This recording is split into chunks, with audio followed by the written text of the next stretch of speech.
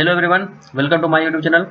मेरे YouTube channel में आपका स्वागत है। आज मैं कुछ इंपॉर्टेंट क्वेश्चन डिस्कस करूंगा जो प्रीवियस ईयर में पूछे गए हैं यूजीसी नेट के एग्जाम में। और ये वीडियो यूजीसी नेट के अलावा सेट लेक्चरर एग्जाम्स के लिए भी इम्पोर्टेंट है।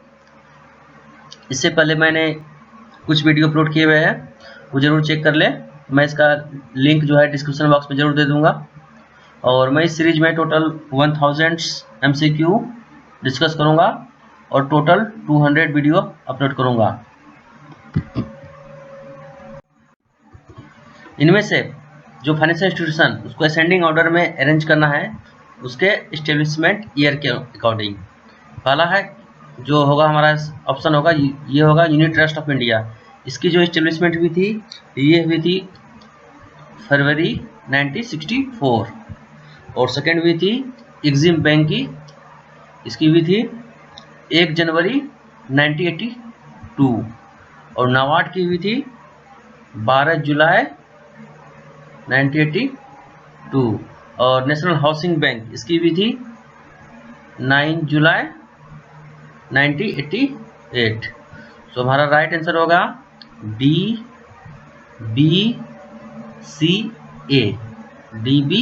Option number 3। और हमारा जो नाबार्ड है ये कोऑपरेटिव बैंक और आरआरबी रीजनल रूरल बैंक को रेगुलेट करती है। कोऑपरेटिव बैंक प्लस आरआरबी, इस नाबार्ड इसको रेगुलेट करती है। 14-day intermediate T bill were brought into effect from 1996 after evolution of the following.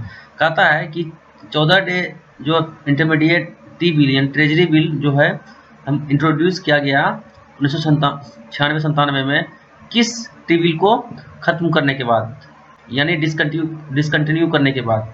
तो हमारा राइट आंसर होगा 91 days T bills, option number 1।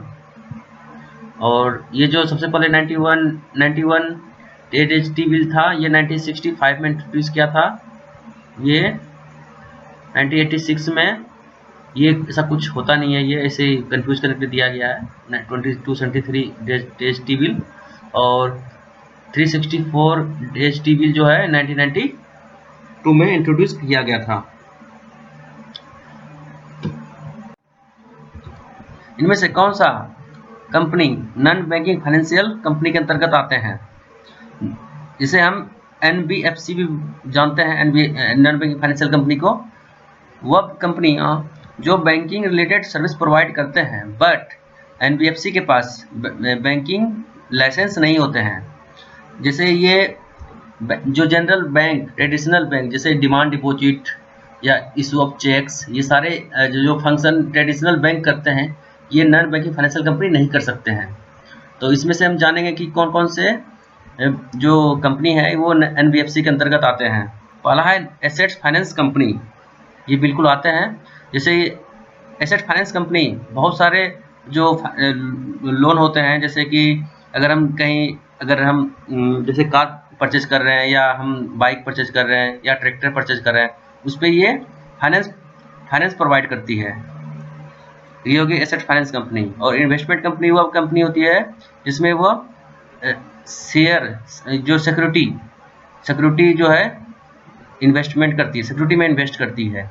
इसमें हो जाएंगे शेयर, हो जाएंगे डिवेंचर आ जाएंगे, ये सारे जो है इन्वेस्टमेंट कंपनी करती है। और लोन कंपनी इसी का एसेट्स का फाइनेंस कंपनी का ये दूसरा है रूप है, इसमें कि ये फाइनेंस नहीं कराती बट ये लोन प्रोवाइड करती है। तो मेरा ऑप्शन हो जाएगा ABC, option number 1।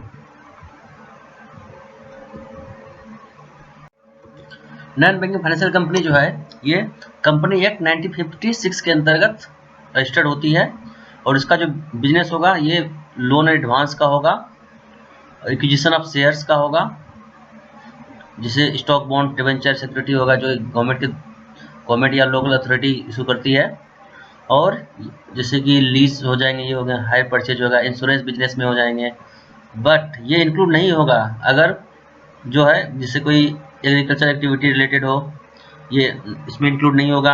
Industrial activity हो या परचेज और sale of any goods other than security, ठीक है, ये सारे बिजनेस ही प्रोवाइड नहीं कर सकता है।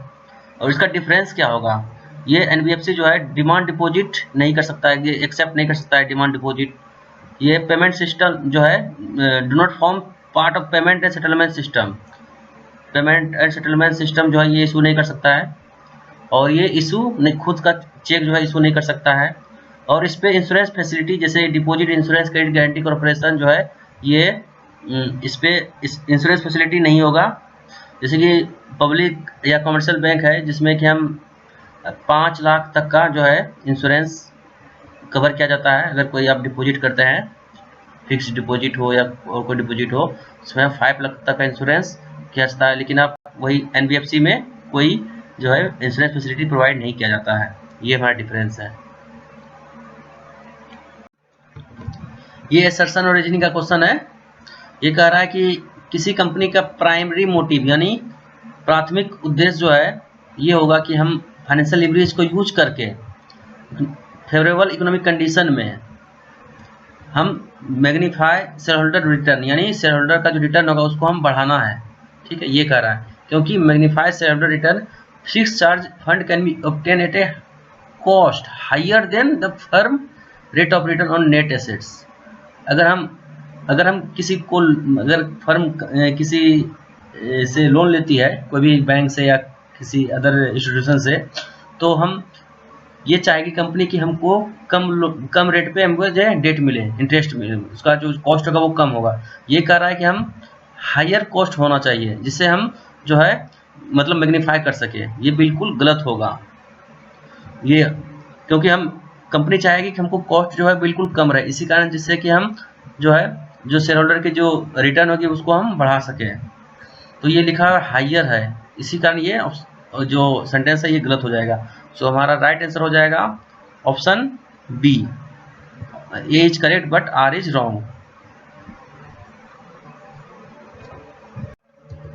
इसमें ये कह रहा है कि इन दोनों में से कौन सा स्टेटमेंट सही या गलत है। पहला है कि it is significant feature of human that he plans, यह कह रहा है कि मानव का महत्वपूर्ण विशेषता है कि वह योजना बनाता है, बिल्कुल सही है।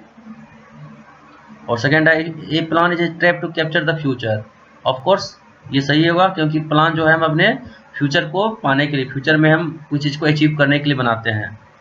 तो हमारा जो ऑप्शन होगा ये होगा option C, both statement 1 and 2 are correct. तो ये थे कुछ इंपॉर्टेंट क्वेश्चंस जो जीसी नेट में पूछे गए थे। अगर वीडियो पसंद आए तो लाइक करें, शेयर करें और चैनल को जरूर सब्सक्राइब करें जिससे लगातार आपको अपडेट मिलती रहेगी। Thank you.